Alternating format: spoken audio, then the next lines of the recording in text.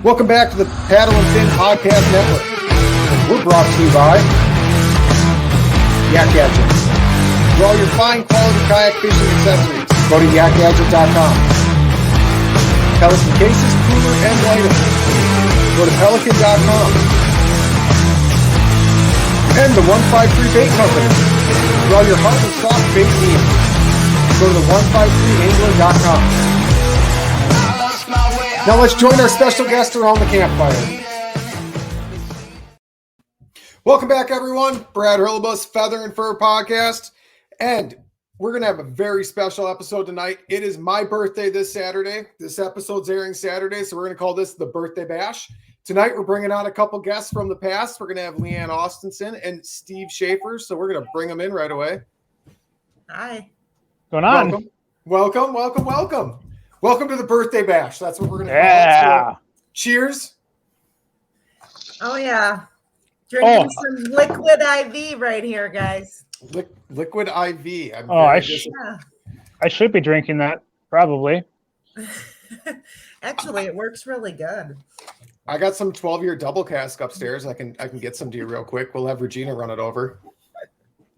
That doesn't put the delicious scotch in my belly right now, though. Can you send it? Can we do it through the podcast? Can I live stream you scotch? I don't think it works that way. I think that's a he's here already. Does scotch take away leg cramps and stuff like that from hunting and dragging deer? I mean, that'd be nice. I wouldn't know. I'm pretty sure scotch fixes. I'm pretty sure scotch fixes everything if you drink enough of it. It gives you a headache when you're trying to find your tree to get up in the morning. That's for sure. But it's so smooth, man. He's sitting all Friday night. We're sitting there, we're eating venison steaks, and everyone. Brian Schiller's in the house. He's also here for the birthday bash. What's up, everybody? What's going on? We're drinking 12-year-old Macalla, and he's sitting there, and he's like, "It tastes like rubbing alcohol." It's so bad. So bad. Oh, come on now. No. You bust out a bottle of gin, I'm game, but scotch, no. Do you just have an obsession with pine trees? Is that what it is? I do. Do you remember my McCullen story, Brad, from years back? Kinda. If it's the one I'm thinking of. Go ahead.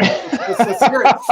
Let's hear it. So we were in Green Bay at a hotel, and we went to the hotel bar. They give you free drink tickets when you stay there. You get 1 or 2 free drinks, whatever it is. We went there, and I had eyed up a bottle of Macallan 25 behind the bar, and I foolishly ordered one. And then, of course, I ordered a double as well. So when we got the bill for that, my wife was none too impressed with me, because that was a $62.50 glass of scotch that I had purchased. Ooh. It was excluded in that drink ticket, wasn't it?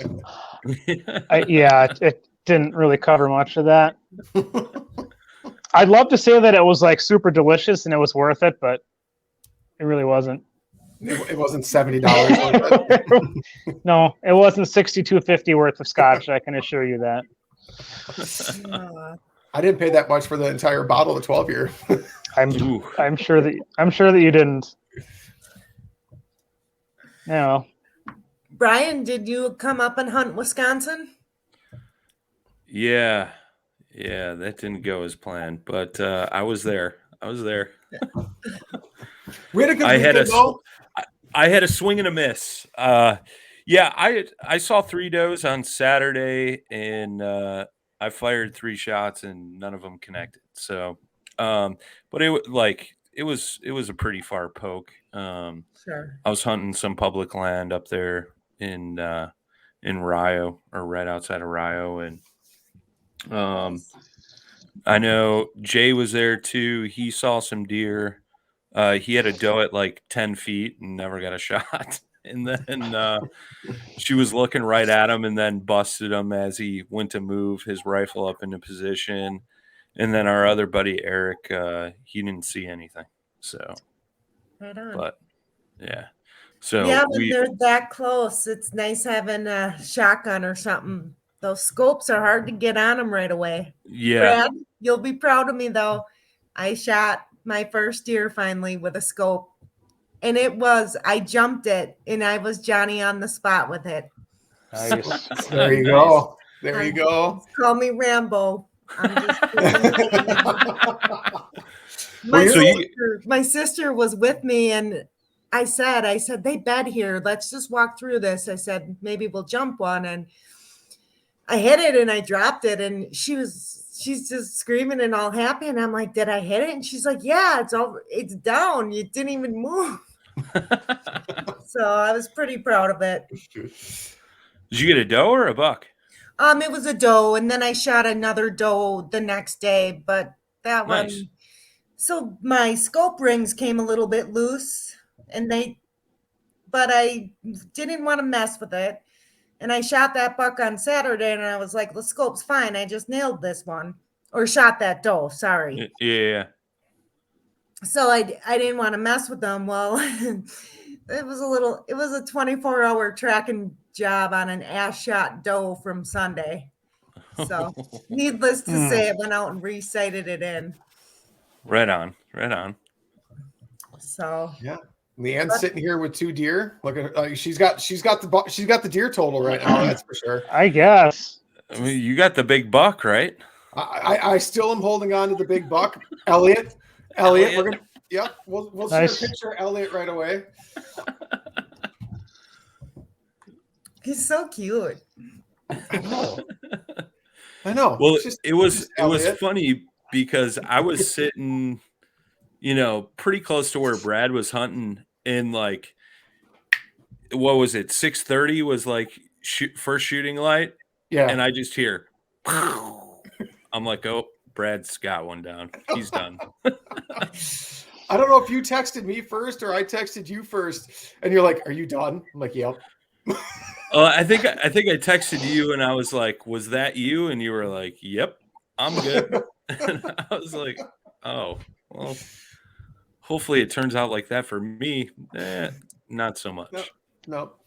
Yeah, all of 10 seconds in, and it was done. And I'll be honest, sitting in that stand for another hour and a half afterwards, because my nieces were in the same property, was like miserable. Because I got this deer down, and I'm like, I'm really bored right now. And the only thing I keep thinking about is I want to get out of here and go duck hunting. You should tell the head twitch story, how you got freaked out. Yeah, we'll tell the whole story. So, again, it is 10 seconds after shooting light, and there's no moon. And where I hunt, it's where I have a little bit of a clearing, but it's pretty thick woods. So, right at like just before shooting time, I had a doe with a fawn walk out, and this deer was 5-10 yards trailing him. The other 2 walked out at an angle where I never would have had a shooting opportunity, but this guy came out broadside and stopped and looked towards them, which they were at my about, I don't know, 2:30, 3 o'clock. So I slowly stood up, and because I couldn't get that angle sitting down in my tree stand being right-handed. So I slowly stood up, and now we're in a staring contest. I mean, it's dark, but it watched me stand up. So I've got it. I look at it in the scope. I'm like, all right, that's like, I look at the face, the snout. I'm like, it's for sure a whitetail. And then I look at my watch quick, and I watch it turn 6:30, and I put it right behind the shoulder and pull the trigger, and it storms off hard. I mean, hard. So I watch it. I lose sight of it over a hill, and I don't know if I got it really or not. I'm like, it's dark. I thought my shot was good. I took my time. I guess we'll find out. So I sat in the stand for about 35 minutes until we got some good light, and I wanted to give it some time. So I walk over and I start looking for blood, and there's no blood. There is no blood anywhere. Like, wow, I missed. I straight up missed this thing. I'm like, all right, we're just going to walk the trail real quick. I come over that little hill, and it's down 70 yards away. 70 yards away. It's done. So I walk up to it. I poke it in the butt with my rifle. Doesn't move at all. I'm like, great, perfect. I know right where this is. Be real easy. I don't want to stomp around these woods and come back to it. So I walk back to the tree stand, sit in the tree stand. Hour and a half-ish goes by. My niece just left to go to the bathroom, and she's coming back. I'm like, all right, that's fine. I'll grab my deer now, and I'll get out of here. And other people are walking around the woods already. So I get all my stuff to the road, get my vehicle up by there. I walk back with my drag rope, and I go to grab its ear, and the head twitched. And I mean the head, like legit. This is an hour and a half or 2 hours, like 2 hours later, and that head does a serious, like 20-degree rock quickly towards me. I jump backwards. I'm like, there's no way. How is this thing alive? Like this, I didn't spine it. Like I watched it run and collapse. Like, what is going on here? So I walked, like I give it a couple like good solid kicks to like the lower spine. I'm like, you gonna get up? Like, what are you gonna do here? And I walk back over and I realized I was stepping on its antler. I really, in my head, thought it was a doe. I really did. It was so dark out. And all I could see from my side was like that one broke off tine. I'm like, and the other tine was in the dirt. So when I went up to check it the first time, I never really got a good look at its head. And in my mind at that point, I really thought it was a doe because it was trailing that doe and a fawn. And I figured if there was a buck trailing that doe, it would have kicked its fawn away. So I figured this doe was probably already bred. It's probably another doe following it, not a buck. So yeah, I really thought it was a doe. I really did. I knew it was a deer I knew it was a deer for sure when I took that shot, but I really, it's just because it was so dark and with the trees and everything. Yeah, I couldn't tell. But I mean, being opening morning, having a doe and a buck tag, I was shooting the first good bodied sized deer I saw. So yeah, I just didn't realize I was shooting Elliot. At least he didn't shoot another buck in the meantime. That'd have been bad. That'd have been real bad. Yeah. My only saving grace there would be we can still party hunt in Wisconsin if you're within shouting distance. And I was within shouting distance of my father-in-law and my niece, which I wouldn't have stolen my niece's buck tag, but my father-in-law would have been more than willing to give me his. Nice. But yeah. Would you have to give him the meat as well? Or would he allow you to keep it? I probably would just give him the meat. I wouldn't argue that. I mean, I already have one deer. I don't need two. Two deer is a lot of deer for us to go through. Like one deer, like one decent sized deer is a good amount of meat for us to use throughout a year. So I agree. That's crazy because I get two and I would be totally happy with a third one. I eat it all the time. That's what I'm saying.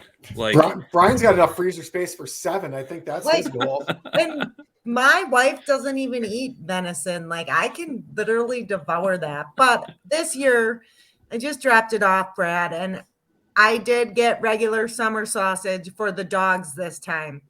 So last year, I was such a jackwagon. I got all jalapeno cheddar, and I'm eating it, and the dogs are just, and I'm sitting here picking through the pieces of what I can give them that doesn't have spicy jalapenos in it.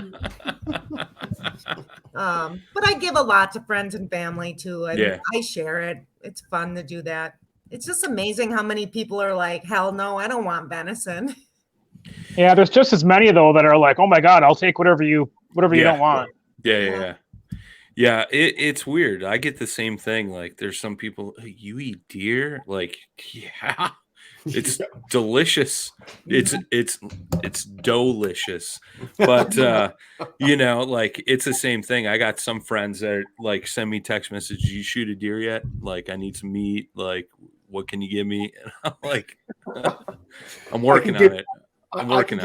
I can give you the information on how to go shoot your own and quit stealing mine. That's what I can give you. Yeah, right. Yeah, I've done that a few times. And Steve, did you even see anything yet, or what's going on? Yeah, I passed on a couple of yearlings on Saturday morning. I was waiting for Mom to come out, and she never stepped out into the opening, and so I let those yearlings walk. Waiting for that bruiser. You think he's still out there? I don't know. Yeah, maybe. Yeah, we'll fire up that picture right away because this thing This is a good looking deer right here. Let's share that one right away.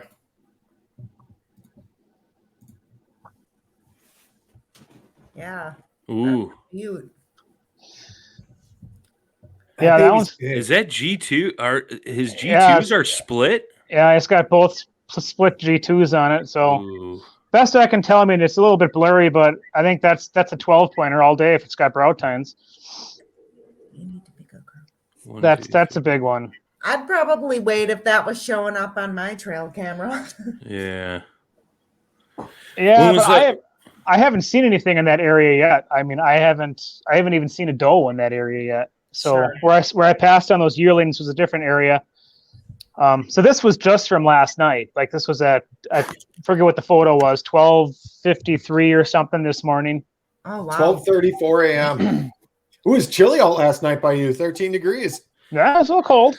Making ice. We're gonna be ice fishing here before duck season's over at this rate. I hope so. The river by me is actually frozen, which is like super early. I'm surprised. It was all skimmed over today.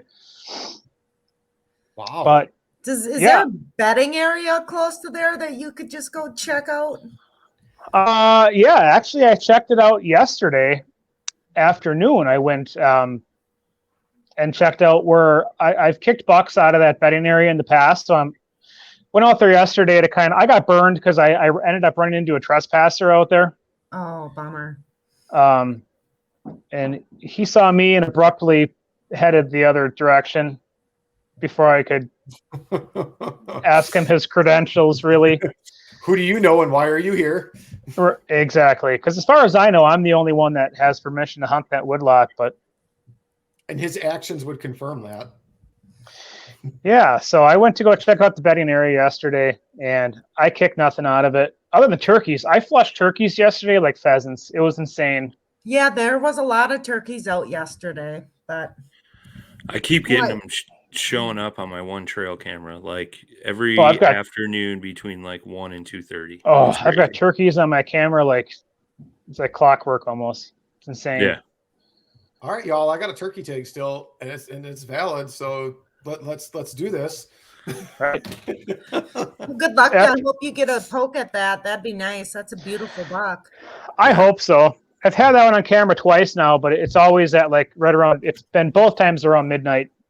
In fact, like almost every buck. I think actually every buck that I've had. I had a little fork on camera one day in the daylight, but otherwise everything's been at night, which is super frustrating. But you know, what do you do? They got to move around at some point.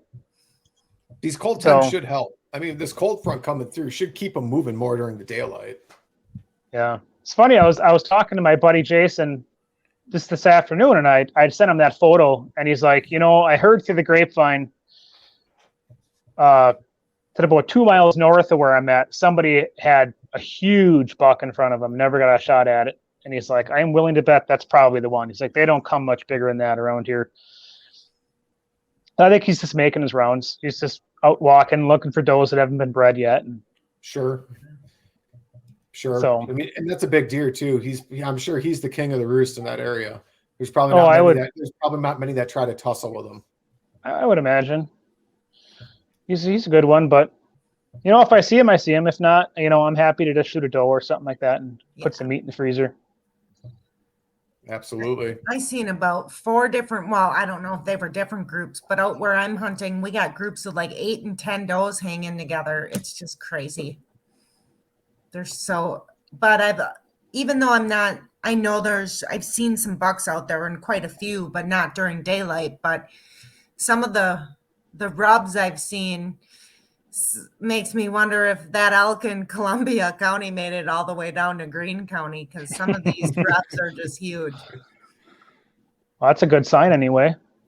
Yeah, it is. Columbia County? I didn't hear about an elk in Columbia County. Yeah, that elk that was shot wasn't right up by you Really? I didn't think it was Columbia. I heard it was a different. I thought it was a different county. No. Somebody shoot it by accident? Yeah. Yeah, an 800-pound accident. I don't know how you mistake an elk for a white-tailed deer. That's just Yeah. I don't You're get right. that. It was Columbia County. This is the 4th year in the row one has been shot too, but it was real western. It was Western Columbia County. That's right. What town was it in? It was up by Portage or wherever. Is it? It was just northwest of there, I think. Huh. Yeah. Not Yeah, much. because they're mostly all up. They're all supposed to be up by like Ashland, Bayfield area, right? Well, there's 2 different herds. You have the Clam Lake herd, which is west Like of Phillips. Hayward, between Phillips and Hayward, I think. And then they introduced another herd by Black River Falls. Okay. So you see those sometimes over by like North Atoma, Black River area. You'll see elk around there as well. Yeah. Hmm. Yeah, and it's only a $2,156 fine in Wisconsin, which is much cheaper than going out to Colorado or Wyoming or Montana and getting a guide. I guess. It's just a really minimal fine when you think about how much people pay price, 6 to 10 grand at least just to go out west. Yeah, I know you could get like over-the-counter archery tags, and it's relatively cheap. Like if you're hunting public land and doing it yourself, but yeah, if you're doing a guided trip, I mean, you're talking 4 or 5 grand easy. Yeah. Oh yeah, for sure. I know you can. I believe there's some units in Colorado. I kind of looked into this at one point that you can get a rifle cow elk pretty easily over the counter. Yeah. Bull elk's really hard to get with a rifle. From what I was looking at, there's like an application process, unless you want to do it with a bow. Yeah, with a bow, it looked like you could get some units over the counter. But with a rifle, it looks like it's pretty, like if you want to go out there and have a good like guarantee to tag, it's like you pretty much have to grab a cow tag in some certain units. Right. Yeah, I don't know if my body's in shape enough to go through that kind of misery. It's hell on earth from what I've been told, because you can hike 10 miles in a day. And then say you shoot one 10 miles away from camp, like now you're backpacking that 10 miles back. And you might have to take multiple trips. Like, I mean, if you got 3 or 4 people, then it, not as bad, but. And think of that's and then you got the elevation change. Like, oh, yeah. Yeah, there's not, we got hills here. Like, we don't have anything like that. Right. Even if you get over towards like the Mississippi River Valley area, where you get bluffs by us, it's nothing like the elevations out west. Yeah. You ever hunt deer out by the Mississippi River Valley in the bluff area? Once. I did once with ex-girlfriend's father. Okay. The one area that we bow hunt, I just sent you that trail cam photo. There was like bucks sparring in front of my trail cam last night, like for like an hour. But we get out there, man, and it gets pretty gnarly. It's just up and down, up and down, up and down. And sometimes, I take Jay with, and, I'm like, we're moving all day. So get ready. And like, he is just miserable. Like, cause he'll wear like, rubber insulated boots. And I'm like wearing hiking boots. I'm like, dude, you wore the wrong shoes for this. Well, I'm sure his feet are just sweating. Oh yeah. Yeah. Cause I mean, I like to move, especially, late season, you bounce between bedding areas and, sometimes you try to bump them up and get shots at them and stuff like that. But yeah. You just better hope you're dragging downhill when you get one.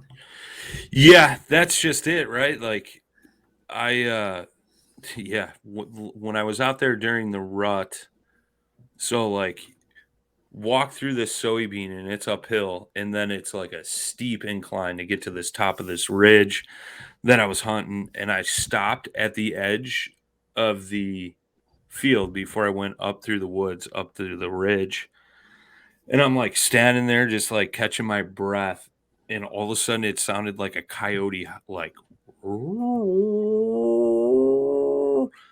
And I'm like, what the hell? And it was like 15 feet from me, and I'm like starting to poop my pants a little bit. And all I got is my bow on me, and like I like knocked an arrow real quick, like that was gonna do something. And I'm like, get out of here, get the hell out of here.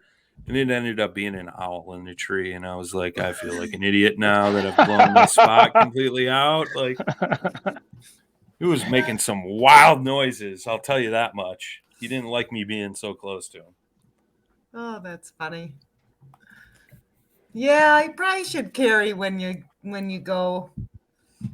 So I didn't really look at the timestamps or anything. These two deer here, are these the picture of the two that are sparring then?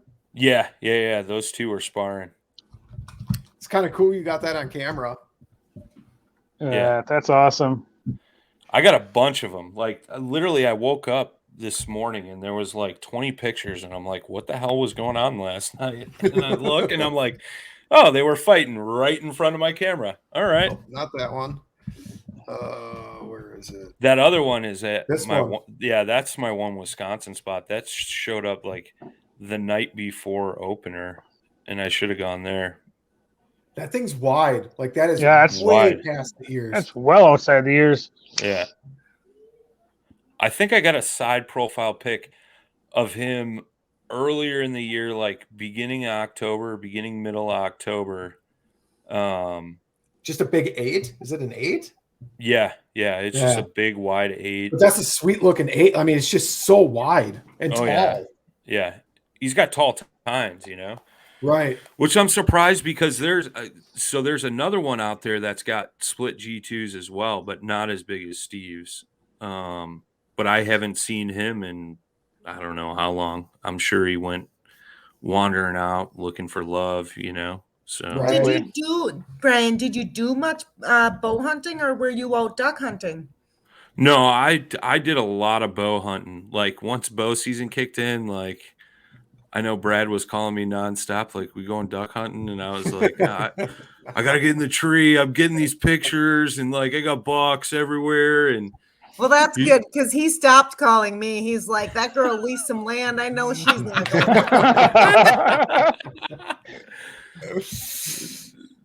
No, I mean, we hunted a bunch, like Wisconsin. Well, we hunted early goose, northern Wisconsin opener, Southern opener. Weekend after Southern opener, we did that walk-in hunt. Yep. That was fun, man. Hunting that little creek. Do you get to bow hunt in where you live, and then on weekends you can kind of travel to do the duck hunting and stuff, or? Yeah. I only duck hunt up in Wisconsin, mostly with Brad. I found a little wood duck hole earlier in the season, like, I don't know, half hour from my house, 45 minutes. But like bow hunting for me, there is one small, like, Illinois sucks for public land. Like, I'm just gonna say that. Like, there's a small, like, 120 acre tract that's like 30 minutes from me. And I shot a big buck out of there last year, but it gets so much pressure, and the fact that it's such a small chunk of land, it's pretty brutal. So I usually, when I'm bow hunting in Illinois, I'm driving an hour and 20 west out towards the Mississippi River Valley. Sure. And there's probably 800 to 1,000 acres out there that we hunt, maybe more, between like 2 or 3 parcels. So and there's just big deer out there, I had an encounter with one. My bow was still dangling from my pole rope when I got my stand. Real nice 8-pointer, and then I missed a real nice 10-pointer. I hit a branch and went right underneath them. Yeah. So, but what are you going to do? It's not my year. I'd rather miss. No, you might need to spend more time on the range at this point. I need to do something, dude. I need to do something.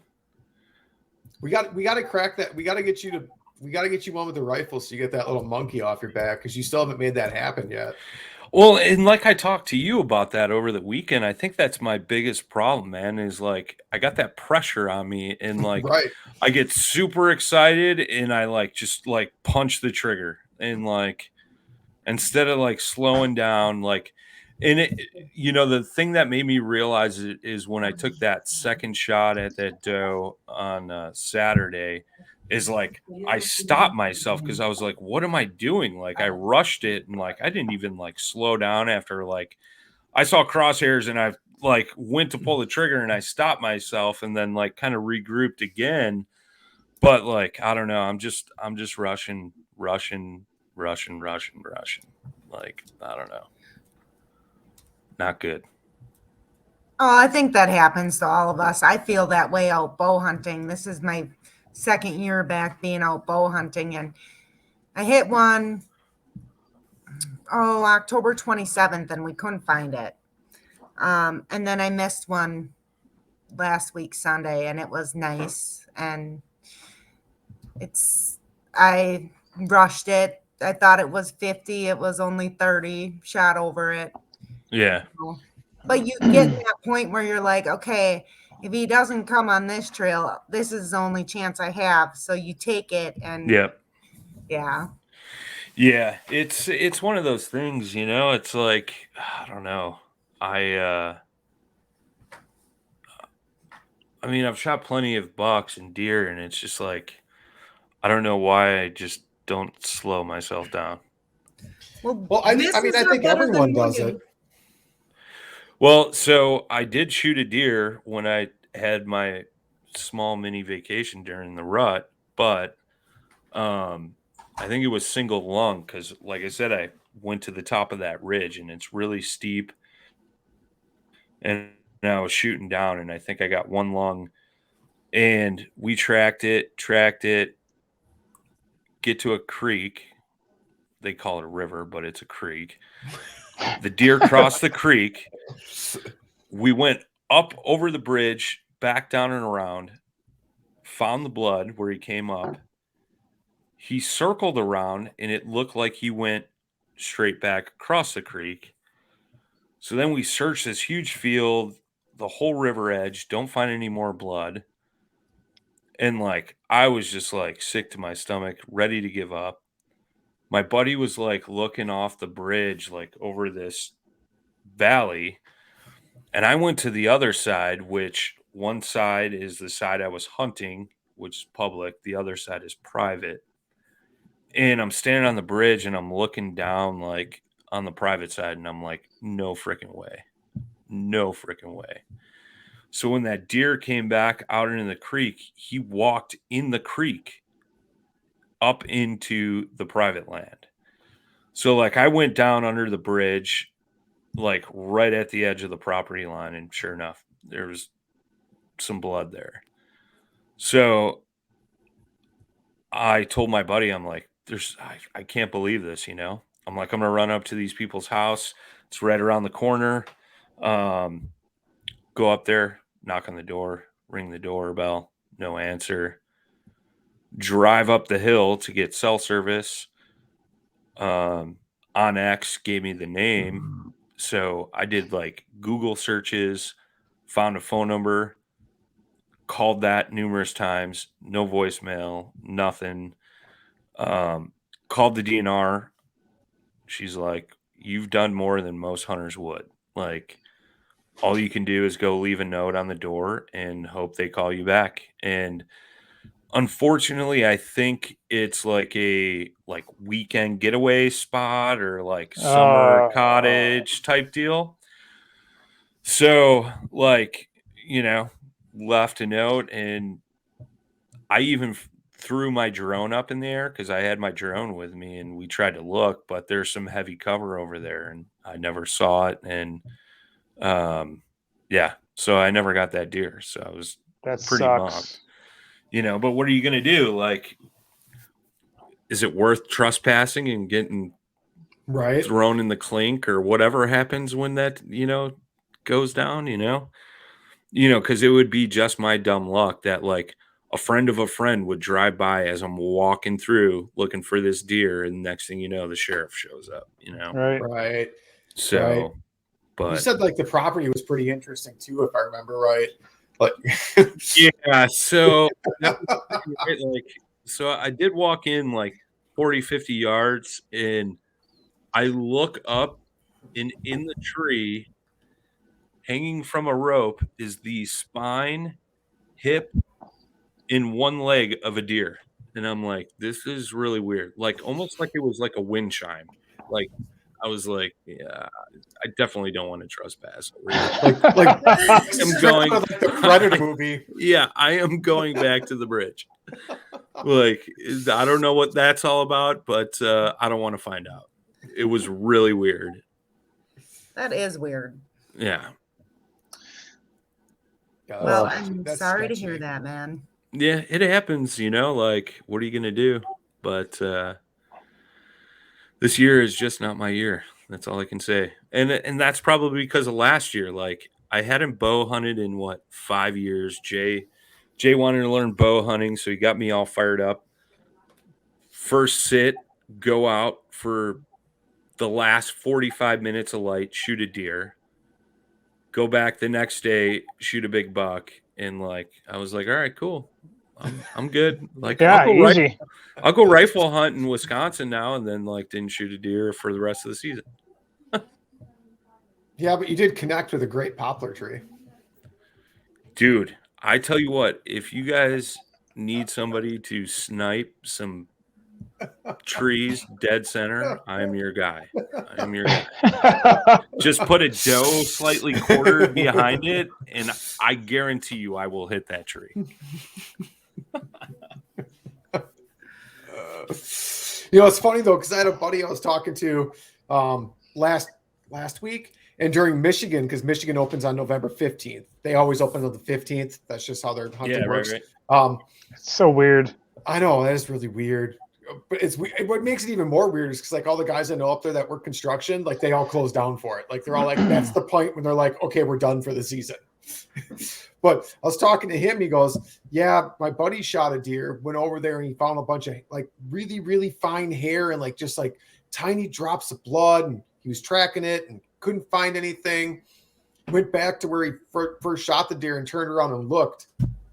He blew apart a tree in front of it. And it was the shrapnel of the tree that injured the deer. That's hilarious. Oops. And rumor has it, I doubt they listen to the podcast. So rumor has it that tree's getting cut down and it's getting sealed and being given as a Christmas gift to the shooter. Nice. Come away with something for it, huh? Yeah, sounds like that. It must have been close enough to the tree where it just scraped it enough to leave just a little bit of drops of blood, nothing terminal by any means. And it was just all the splinters from the tree.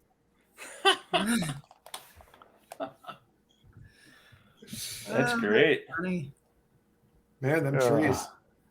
I mean, it's no different than grouse hunting. Look at that tree that we saw, Steve, up grouse hunting, where you could totally see a shotgun had taken a huge chunk of it out. And the tree was split and curved and bent and still growing. I'm great at tree pruning when it comes to grouse hunting. Oh, I limbs are falling and there's leaves flying and I firmly believe that they intentionally give their life to save that grouse. They move, they sway, they do something. They do something. I don't know. That or they somehow jump up and grab your gun barrel and stop you from swinging. That's quite often. I don't know how many times I've swung on grouse and I've hit a. Well, hey, for grouse camp this year, I banged the crap out of my hand on one tree. I swung so hard on one bird that I swung my knuckles right into the tree, and I'm like, oh, that hurts. And I'm like, what the hell just happened? Speaking of that, how many birds did you guys get up there? Did you see any? The grouse was not great. Woodcock, we flushed quite a few woodcock, I guess. I mean, not great numbers, but that kind of saved the trip, I think, was the woodcock numbers. They're so fun. I mean, they don't taste nearly as good as grouse, but hey, it's better than no action at all, and it's good practice. Yeah, I enjoy the woodcock hunting though, because it's a different type of flight of the bird. I mean, they hold more for the point. It's tighter. It's not, they don't get those wild flushes normally. it's a different experience. Great for the dogs. Oh yeah. Yeah. But we maybe moved one grouse to 5 woodcock? Maybe. Oh wow. Yeah, probably at least that. Yeah. It wasn't good, especially for being semi-familiar with that area. And we went back to other areas where we had found birds before, and we weren't moving really any birds. And it was tough, but it was warm though too. It was that's right. unseasonably warm. I mean, we were. right. I don't have any like super warm weather upland stuff, and I was dying out there. I'm like, I'm gonna go back to the camper and like jump in the lake or something. Like I'm just. We had, I think the 70s, mid 70s. I think at one point, almost pushing 80. Well, I mean, dogs can't. I mean, it was crazy. And the dogs are conditioned enough to run in it, but the problem is they start to get so hot they never put their tongue back in their mouth, so they're no longer breathing through their nose. they're just mouth breathing. Right, so they're not scenting like they normally would in cooler weather. So yeah. I think there was probably birds where we were. I think with those temperatures and stuff like that, because we were even hunting swamp edges, like places you would go when it would get hot like that. And right. I just think the dogs just were struggling in that heat, just trying to scent anything. That was really a hindrance. The only good thing was the woodcock were down on the edges though too. So that kind of fun. It was a good trip though. It was fun. Caught a really nice walleye. That was a good time. Oh gosh. That was probably not one of our finer moments. Better than the carp he caught when we were camping. Well, this was at about midnight of opening night of grouse. Yeah. Camp. So I believe I had the bad idea at that point. Like, we should go out walleye fishing. Well, it was warm enough. Why not? Oh, it was warm enough. But after, I don't know, a beer or two or 12. Yeah. Well, we had our life jackets on. We had enough sense, so we had life jackets on. We were safe. But yeah, I mean, what was it, like your third or fourth cast on that? And this guy's hooked up with a walleye. I'm like, what? Really? This is how it's going to be? Like we just got out there, and we, like you said, we cast like 3 or 4 times. He turns around, he's like, "Are you going to take this seriously and catch some fish or what?" Next cast. Fish on. Yeah, it's like, I got a fish on. I'm like, shut up. You do not. He's like, yeah, I do. I look back with my headlamp. I'm like, rod's all bent over. I'm like, holy crap, he does. Nice. Like, bring it over here. I'll land it. And that lake we were on, you were allowed 1/18. And I think the slot was 16 to 18, 1/18. And that was 21-ish, 22. Yeah, it was over 18. This is a nice fish. Yeah, it was a good It was a nice fish. But that was the only one. But that was the only one we caught then. Yeah. But I look at that fish. I'm like, are we keeping it? And I'm like, I'm like, do we want to keep it? And he goes, right in the bottom of the canoe. He goes, yup, that's snack. Yeah, we're gonna grill that one up when we get back. Yeah. That's exactly what we did. We got back, unloaded our stuff, and we fired up the skillet, and we just started cooking a walleye right then and there. Yeah, it's funny with walleye. Like, so many people are like, oh, I can't ever catch one. Or, they're always fishing during the day. And I'm like, oh my gosh, why waste your time? They're so nocturnal. It's just so much more efficient to fish for them at night. Oh, yeah. But the sketchiest part about where we were, now, you got to remember, we're a little buzzed up. Just a little bit. Yeah, I was going to say a little. And this bay, and this is a reservoir that was flooded. And there is tree trunks, like 8-10-inch diameter tree trunks, and there's a bunch that are just below the water line. So as some of them you can see. Other ones you just roll up over top, and you're like, whoop, and you slide right off of it. I'm like, oh boy, this is sketchy. We're gonna have to paddle slow. Yeah, you put your paddle in the water, and you're like right on top of one of them, thinking you're gonna hit water, and all of a sudden, donk. Pick up. Break your wrist. You knuckleheads took the kayaks out. The canoe. A canoe. Oh, the canoe. Yeah. It wasn't even shore fishing. Okay. No, we were. No. And then I broke my rod. Then I had a husky jerk on, and I got that snagged on a log, and then we paddled over there, and I abruptly broke my St. Croix rod. So that was great.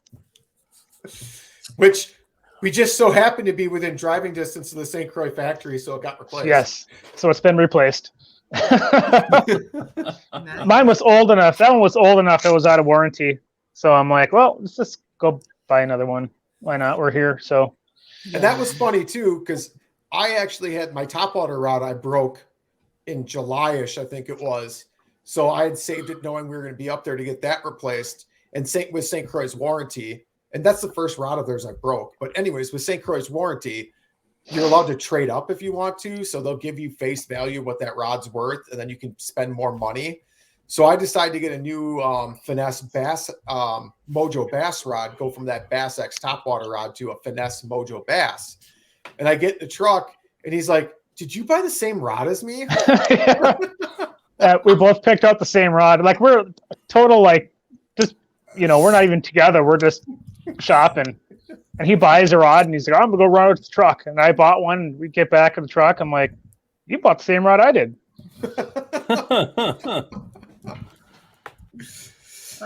Meant to be friends.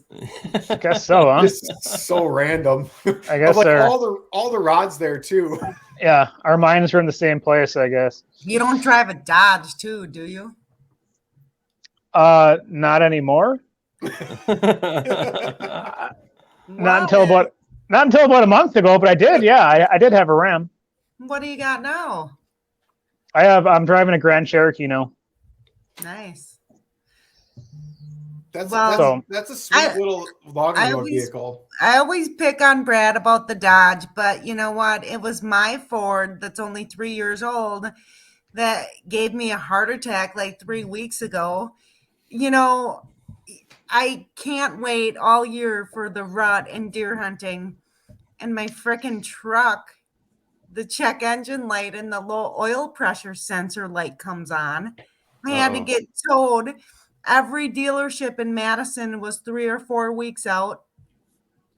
And then I'm like, well, I hope the hell I don't get a car for a loaner. Yeah, good luck getting a loaner, period. Oh, so I ended up getting towed to a dealership about a half an hour away, and it was just a sensor, thank goodness. But I don't cry very often, but it's pretty sad when I cry about my truck. I was telling the girl in the service department, I'm like, you don't understand, like it's deer hunting, and it's the rut. I got to be out there. Nobody's gonna let me bring it, So then I had to borrow a friend's car, and I'm like, yeah, do you mind if I bring a deer back in this? Right. Put it on the roof. Like, it's bad enough you got to borrow a buddy's vehicle, and then you got to tell them, and it's deer hunting. Yeah. Oh, man. Good old vehicle issues. That messed you up, too, because you were supposed to come up somewhere with me fishing, was it, Brian? And your header broke on your truck? Yeah, my header cracked like right at the connection. Yeah. So yeah, Mr. NASCAR. That sucked. No kidding, right? I was not driving anywhere far. Luckily, I got it fixed pretty cheap. I got a pretty good mechanic that's like a friend of the family, I guess, real close to the house here. So, but the problem was, I think it took them like 2 weeks, week and a half to like get the part and get it fixed. So that was kind of a bummer. Yeah. That's the problem now, is getting parts for things. Oh yeah. Getting anything. Yeah. Yeah. Yeah. It's not just like, I hope even you the got all outdoor your industry. ice fishing gear. I'm good on ice fishing. I think I'm good. Yeah, I think all I need is some line. Yeah, I got to respool. I've got my active target set up all in the shuttle, so I'm excited to get that out finally because I haven't been able to play with that yet. Fancy guy. I know. You're not far behind with the Helix 7. I mean, Whatever, guy. It's not like you're out there with like an FL8. I love that Helix, so ice fishing with that Helix is awesome.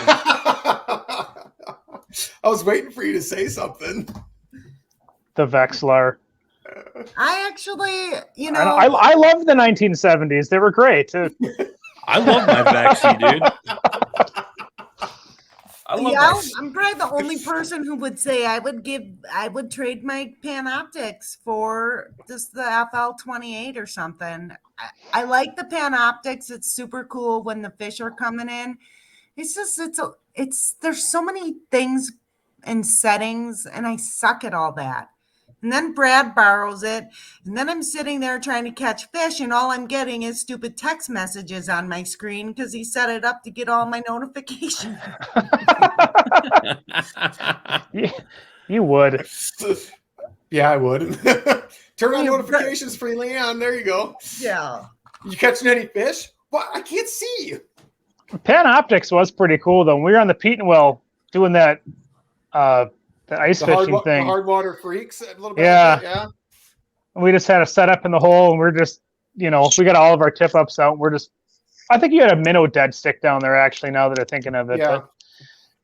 He walks away to take a pee, and like I see like this torpedo coming through on the screen, and I'm like, what the hell is that? I'm like, it's got to be a sturgeon. It's like 6 feet long on the screen. I'm like, oh my god.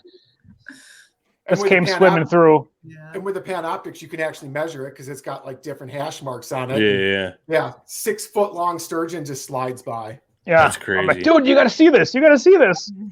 It is really, really cool, Brian, but like it still doesn't catch the fish for you. No, that doesn't. No. I'm fine with my Vexilar. Most of the time, I'm just using a Garmin Striker 4 with an ice transducer. Yeah. That's all you need. Agreed.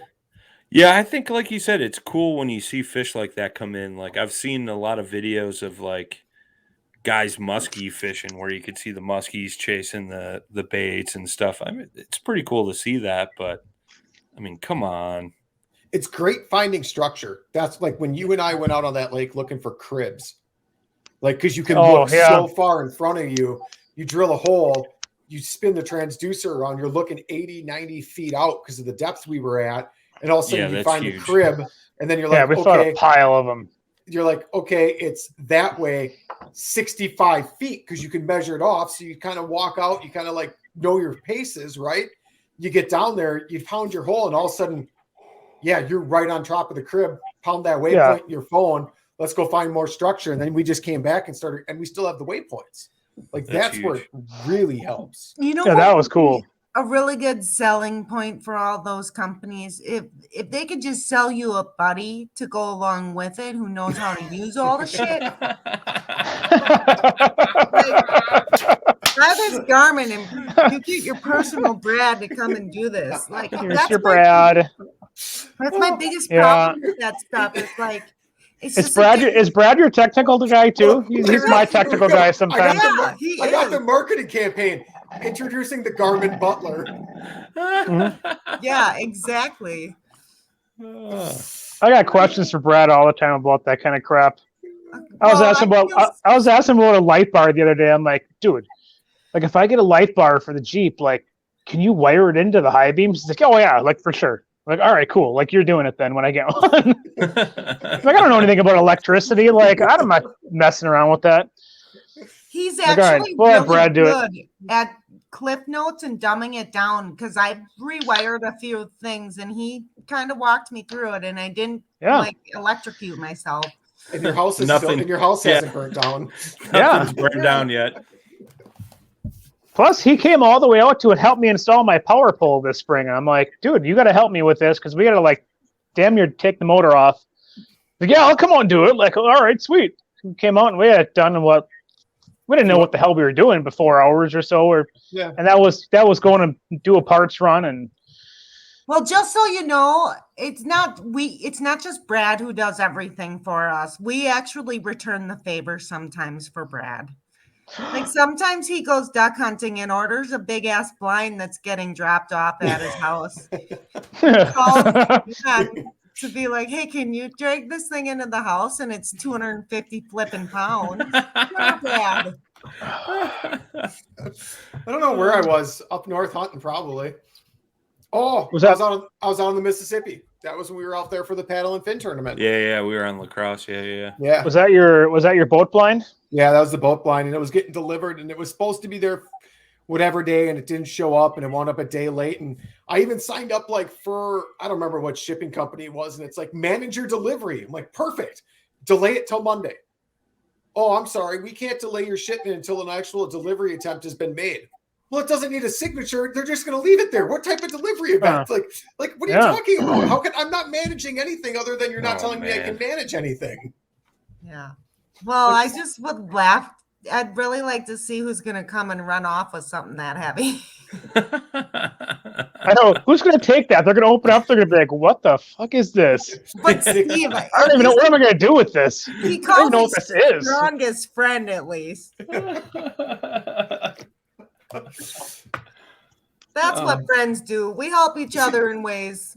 See, that's what's funny, because you're not the only person I called that I needed to grab a box that was sitting on my front porch, because the Northern Duck opener, I had a box delivered of stuff I wanted, and Brian was behind me. I'm like, dude, I just got the notification that was delivered. And you can swing by my house and grab this box and bring it up north. You have a shopping problem. Just ask my wife. She will confirm this. Well, that's all right. Hilarious. I buy enough of your used stuff. I'm okay with your shopping addiction. I have my own buy more. I have my own secondhand resale store in the basement now. I love it that you wear a size large. Oh,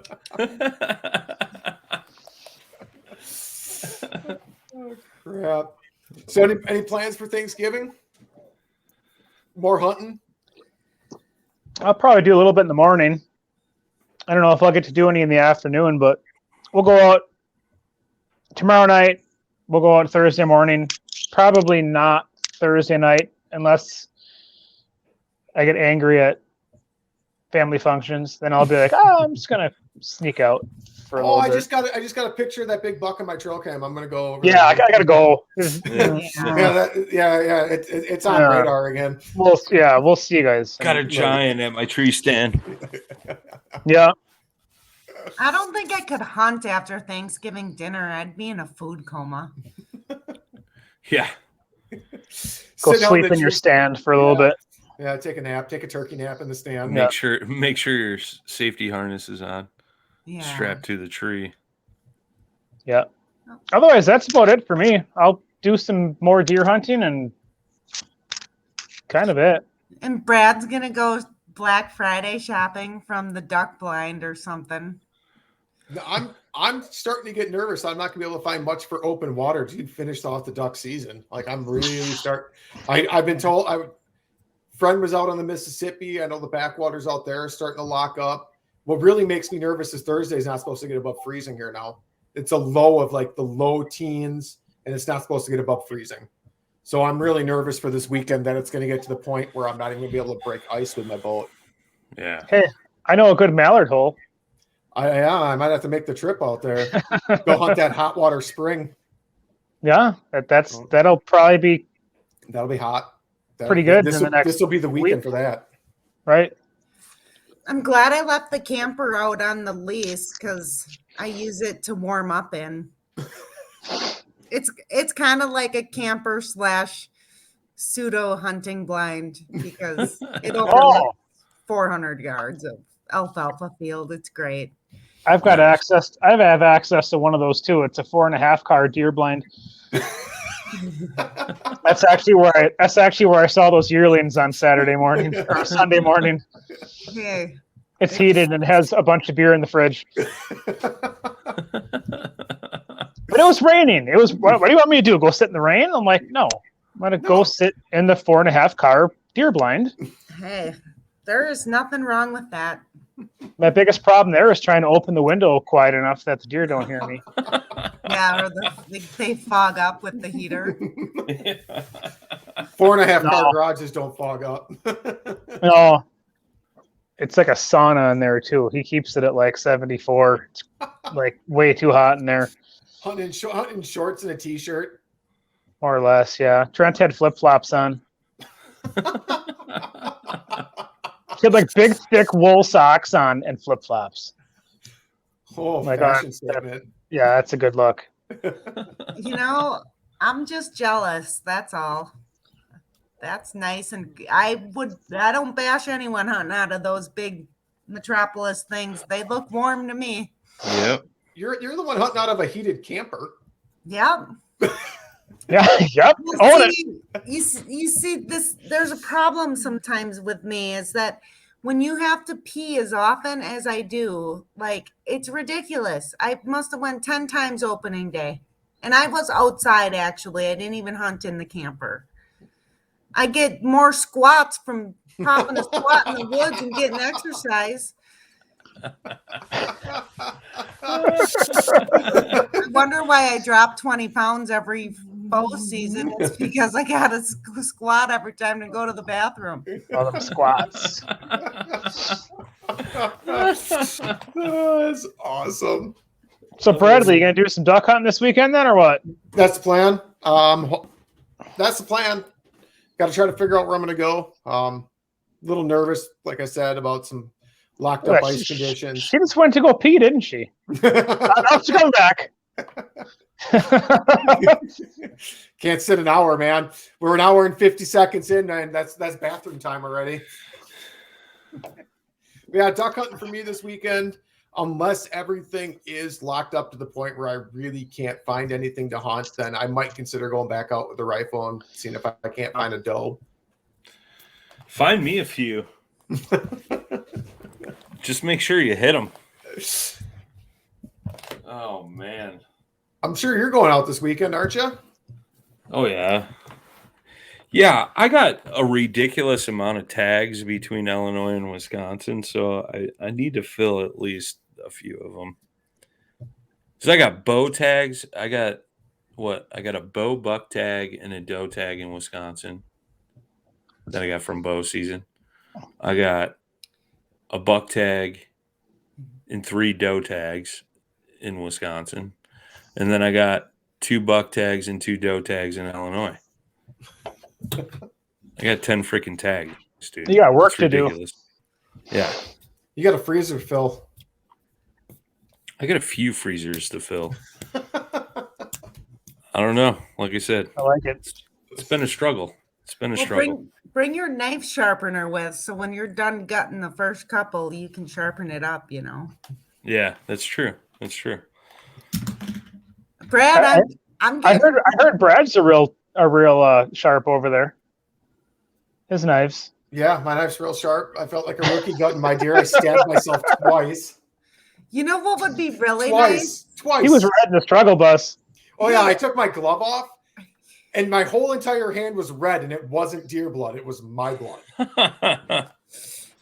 Well, are you done using the butt out tool because they're out of stock everywhere, and it would be really nice to have one of those.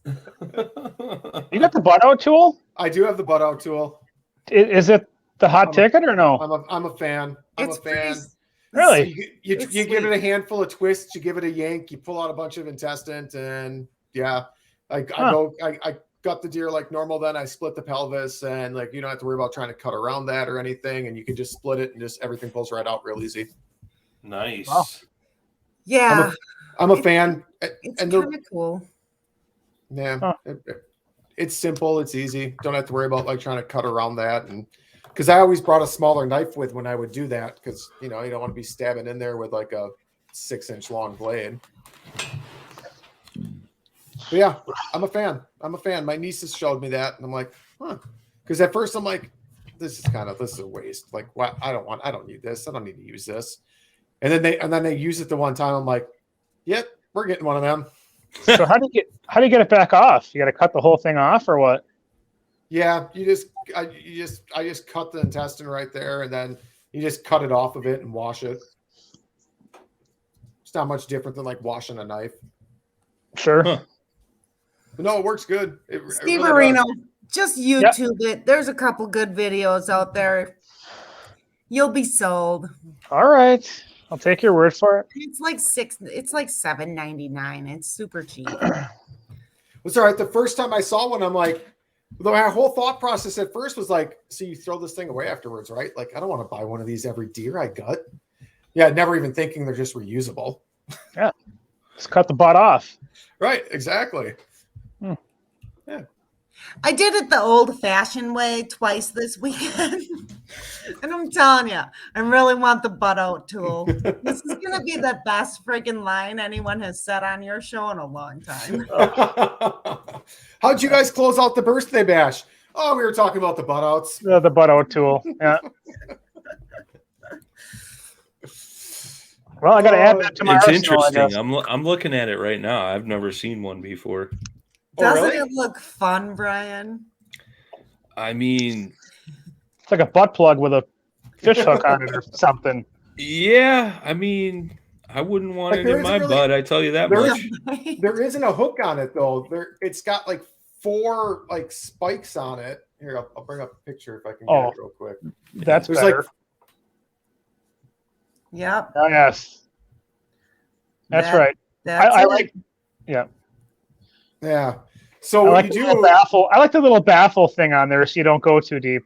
Right. Exactly. Safety first. Safety first. But no, what you do? You shove it in there, and you crank it around 3 times, and basically it just hooks on, and then you just give it a big tug. Yeah, it's pretty. It seems like a medieval torture device is what it seems like. Give it a tug. Well, I think this has been enough butthole talk for now.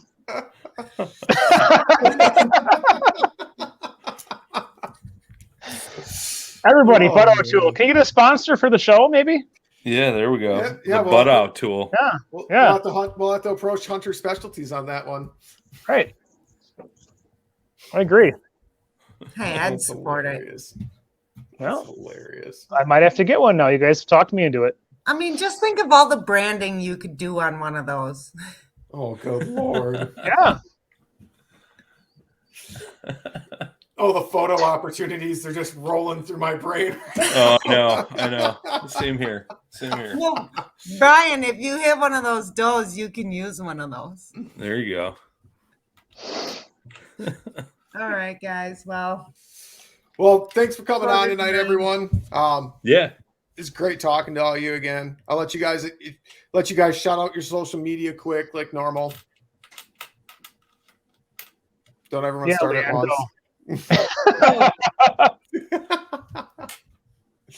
LeAnn's like, I don't even know my own Instagram handle. Can you help me here? Yeah, I don't use any of that shit. I'm old fashioned. I try to avoid it when I can, but LeAnn's on Instagram at GotDibs, GOTDIBZ. And I'm on Facebook, which is usually where I post more. So. Mm-hmm. Yeah. That's all I got. That's all you got. You're not on Twitter. You're not tweeting it up. But I have seen you on Instagram more, so that's good. I'm still learning all about the Instagram. I gave up on the Facebooks, so it's nice to see you on Instagram every now and then. Just take pictures, give them a quick edit, post them. It's easy. It's simple. Done. Over. Yeah, I know. And then, like, you do the hashtag thing, and once you figure out some of them, just put them in notes on your phone and copy and paste. Brian, I'm sorry, I'm not very up to date with technology. It's all good. Neither is Brian. I'm not as up to date as some of these guys. All right, Steve, you're up. Oh, no. Whiskey Life on Instagram. WISCY_LIFE. He posts some good. He's got a good flow, fishing, hunting, some family stuff. I haven't posted much lately. I haven't done much this fall, actually, but after fishing kind of went away, I'm doing anything. I didn't even go duck hunting this year yet, so probably won't. No point in buying a license now. Probably not. No, not unless you're going to go out and taste divers on the big water. Yeah, even that's getting froze out now. Jason was just out there this morning, actually, and they had to throw a 10-pound mushroom anchor out to break all the ice at the launch so they could get out. Yep, the sledgehammer's going in the truck for this weekend. Yep, all for a bunch of golden eyes. Oh, that's all that's left already, huh? Golden eyes. Delicious. Mm-hmm. Would you like some snail with your meat? Yep. That's that goes straight into the sausage pile. Oof. They're not good. I think he said they saw nothing but golden eyes and 3 bluebills. Wow, I can't believe we're already down to the golden eyes. The season's pretty much over. But then again, I have to say, by this time last year, I was already ice fishing. So It's not going to be too much farther before we're all ice fishing. Yep. Hopefully it stays cool. Hopefully like 2 weeks. yeah, I mean, it's ready to go. It's ready. I mean, we've had a lot of winds, which has kind of helped keep it open. But I mean, if we get some cool nights at these temperatures, it's not going to take long to have 3 to 4 inches out there on most shallow on most bays. What's the Madison chain like right now? Is the water down or Water's down? Water's low. Yeah, like real low. Like some of the spots I've been in, even with my duck boat, like you're grinding through the mud, like because the boat's not floating, like you're grinding it out. Was Cherokee pretty low? I haven't been out on Cherokee since the summer, so I was out there just exploring and doing some fishing. But I'm sure Cherokee's low. Soon enough. Oh yeah. I have a special pond. Remember, I have my special pond for us this year. Oh Brian, yes. I'll even invite you out there. Brad hasn't been to it yet, but it's a good little spot actually. Nice. I'll get down. Yeah, it'll be good. We'll have to all get together. Maybe we'll meet at some sort of lake in the middle and chase something different. Yeah, let's do it. You do it. Yeah, why not? I mean, I'm sure we'll be bored come January anyways. Go out there, catch some fish. For sure. Yeah, buddy. We'll do it. Well, yeah. Well, Sweet. Schiller, you want to throw out your media, or you think everyone already that's got it that's listening to the show? Yeah, you're good. Kind of figured. Well, thanks everyone for joining the birthday bash, the deer hunting special. Appreciate all you listening like normal. And until next time, keep chasing that experience. Happy Thanks birthday. for tuning in to another killer episode on Paddle and Fin. Don't forget to go check out our website at paddle_and_fin.com. Don't forget to check out the YouTube channel at Paddle and Fin. If you got a question, comment, want to hear from a future guest on a future episode, feel free to email us at paddle_and_fin@gmail.com. Don't forget to follow us on social media at Paddle and Fin on Facebook and Instagram. Shout out to our show supporters, Angler. The Angler button and app just makes for a better time on the water and creates a virtual logbook for every fishing outing out on the water. Shout out to Rocktown Adventures, located in Northern Illinois, for all your kayaking, camping, and hiking needs. Shout out to Jigmasters Jigs. When in doubt, get the jig out. Go to jigmasters.com.